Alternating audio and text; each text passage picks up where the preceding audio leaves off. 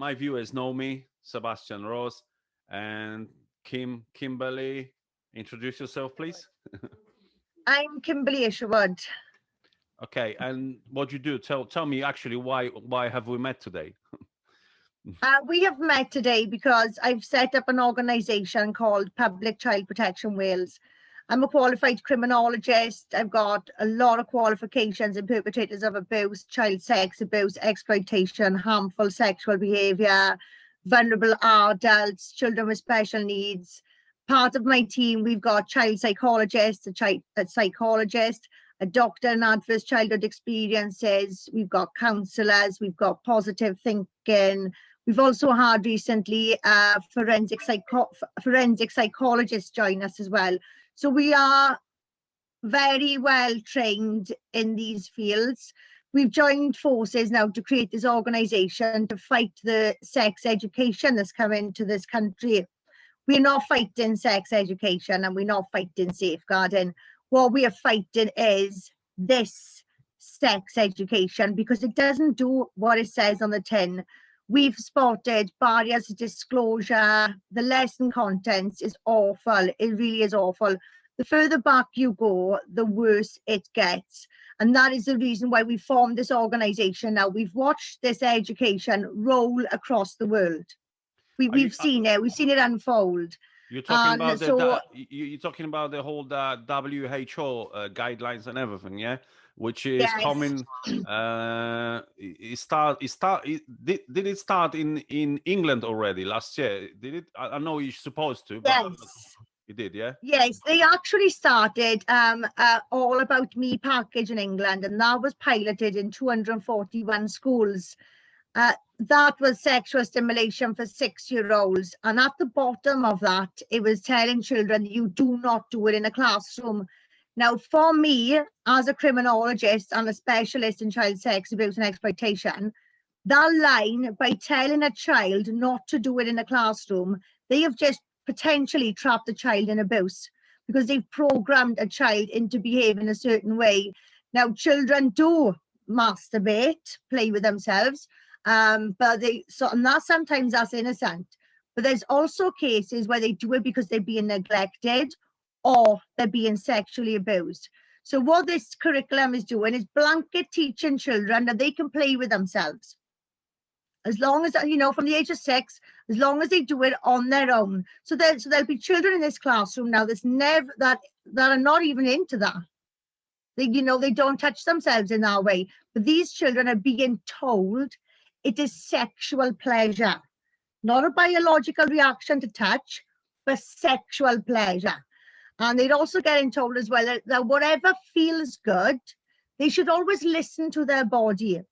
And part of that then includes sexual rights. So it's a child's sexual right to consent. It's a child's sexual right to participate in these pleasurable activities, which they are calling sexual pleasure, when obviously it is biological reaction. We've got a lot of problems with these documents. It's very much just sex throughout them all. By the time the children are 9, they're expected to participate in sexual intercourse. As you know, that's very dangerous. There is no health in these documents at all. All they talk about is condoms and anal sex as a way of avoiding pregnancy. They do not tell children about, like females, for instance. Females have a low immune system when they're on their period. They don't tell girls that you are more prone to STIs when your immune system is lower because of your period. They don't tell young girls that when you have sex, there's a biochemistry reaction, which you will develop attachment from the man's chemicals that he gives off. So you've got an emotional attachment there. It's never just sex. The sex education that's currently in England before this legislation is already damaging children. So right now, children can be given the morning after pill anyway, and they can be taken for an abortion. Now, there's been serious case reviews in England where children have been involved in grooming gangs. They've been involved in paedophile rings. They've been having sex with teachers, and all of that could have been prevented or stopped if the parents had known of the treatments the schools were taking the children for. So we've already got problems in place anyway. But this law now, this law that they're bringing in for this sex education removes parental rights, and it puts the children's sexual rights above the parental rights. Yeah, that's what I wanted to ask you. I wanted to ask you because until last year, I believe you could, as a parent, you could opt out from the sexual education. Yeah, you could say no, I don't want my children to take part in those lessons, but that's not the case anymore, is it? No, not anymore. At the moment, in England, so the legislation is sex education from age 3. But at the moment in England, because of these campaigns, they've allowed parents now to take their children from the primary children from the lessons. They've also set up a sex education panel thing where parents can be involved in. Now, that does nothing for that legislation. That policy can change overnight. We can go back to the document they were using 2 years ago, overnight. That legislation is staying there. The last time legislation was changed in education was 20 years ago. You know, so this is a very serious piece of legislation to bring in and satisfy the parents with a little bit of policy. You know, I've done, like I said, I've been into perpetrators of abuse, and as you know, that exists in secrecy. So this year alone now, from September to December in Wales, there were 25 fitness to practice panels for teachers on the Education Council. 8 of those were for sexual incidents. They were sexually motivated. Now, that's a lot. Now, bearing in mind, the schools have been closed for a year. People haven't been working for a year. That's a high number out of those 25. You know, so by shutting parents off and keeping the kids in local authority, that is very dangerous. And to me, I see then a model of offending. So a model of offending for a perpetrator, their first issue would be removal of the parents. This education does that. This legislation does that. So to me, that is an alarm as well. That's alarming because of my understanding of perpetrators, you know? So yeah, like I mentioned before, from last year is compulsory in England. I know it's coming to Wales from next year, I believe, like every school, every primary school. And then what's the solution to that? We spoke a little bit before, and I said my solution, I told you, is maybe cowardly bit solution, but we, as a group of Polish parents here in Wrexham, we decided to withdraw our children as soon as possible from the school, because we don't want them to sit in the classes like you just described. Or maybe you have better solution. Tell us about your, what you're gonna do about it. You're absolutely right. It does feel like there's nothing we can do about it. We've watched this roll out into 52 countries. We are one of the last to get it. I suspect that's why we've had the legislation first. But we have to be the first country in the world to overturn it, Sebastian.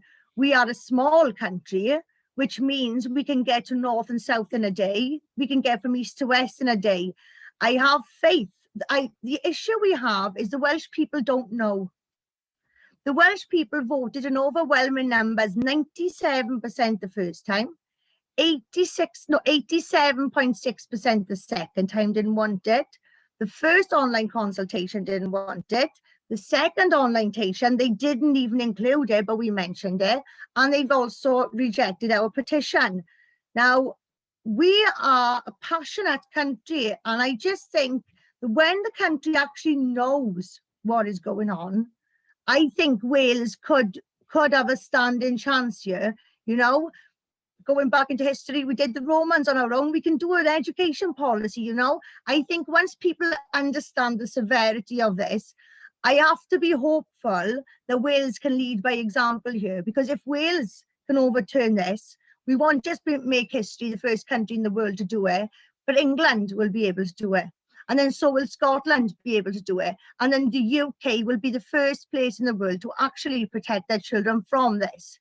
Because as we're being told, this is supposed to be relationship-based and safeguarding-based. It's very much not that. It is nowhere near that. We have the professionals on hand. We have the evidence, we have the science, we have everything to back us, and we just have to fight it.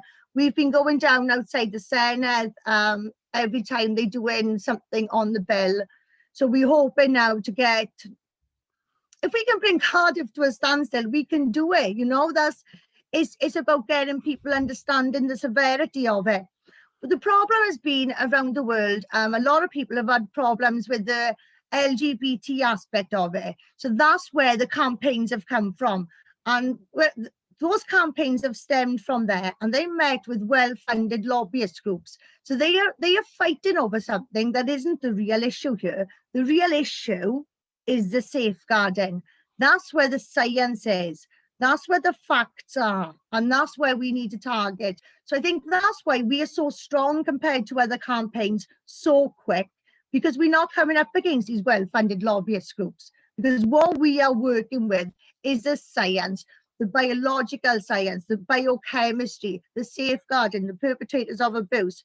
We're not playing their games. We're not getting caught up in their rows, their excuses to bring this in, because this is sex has nothing to do with relationships, and sex has nothing to do with safeguarding. Safeguarding is a specialist subject, and we've got a specialist team, and we have to be hopeful, Sebastian. We have to be hopeful that getting this message out there will be the thing. We've proven beyond reasonable doubt. We've done extensive investigations. So on our website, we've got government correspondence, freedom of information requests. We've gone into detail. We've proven beyond reasonable doubt that our government is not delivering a Welsh curriculum. They are delivering a global curriculum. We also have emails that take us through to English resources, when that school told us it was strictly RSE for that Welsh school. So I'm hoping, I'm really hopeful, it's a case of the people getting the correct information. Because the government have also launched a campaign against us for misinformation, but we've presented them last going off 17 pieces of evidence. They haven't addressed any of the evidence. They're trying to sweep it under the carpet and hope we'll go away. So we've proven we're not a gang of angry, proud parents. We've proven we're not crazy religious people, as they like to label you. We've proven we're not homophobic. And I'm really hopeful that our approach, because like I said, we've watched these campaigns around the world fail. But we understand the real issue here, the proper issue. This has nothing to do with relationships, it's child safeguarding. And we are sticking with that, and we are fighting with that. And what we've got as well, we've got a really good LGBT following, we've got a really good religious following. We are hoping that we can unite everyone on the child protection front. We're hoping that we can show people this is nothing to do with diversity. This is nothing to do with biology, you know, because if you really want to teach children about their reproductive organs, you can do that through biology at a young age. You know, you've got no issues knowing the dogs are mating. It's no different, Sebastian, you know. The first and foremost thing here should be, your brain isn't fully matured until 25. So we should be teaching the children how to protect themselves, understand their hormones, understand the change in their feelings, understand how their bodies develop. And that's what we should be teaching children. That's what we should be teaching them. You know, these documents are full of consent and things like that. And I see this sinister tone through it all. That's what I see. And I shouldn't be seeing that in an education document. Kim, I admire your passion. I fully support you. And like you said, what we can do now is the most important, to spread the word. I can promise you, I will spread the word during the mostly like Polish communities in here, because we much more conservative people than I don't know if than Welsh, but definitely more conservative than English people. And like you said, yeah, I will try my best. I will include some links to your website. I would include links to your YouTube channel. I know you there, so yeah, I will try my best to help. Thank you very much. That's all we want. We just want people, I think once people see, like what we've got is evidence, and when people actually see it with their own eyes, It's hard to unsee then, isn't it? It's easy to tell someone, oh, this is for the best. This is to look after children. This is about being nice. It's easy to say that, but we want proof, you know, and this is very much what we are going for, is proof. We want evidence. Exactly. Thank you, Kim. Thank you.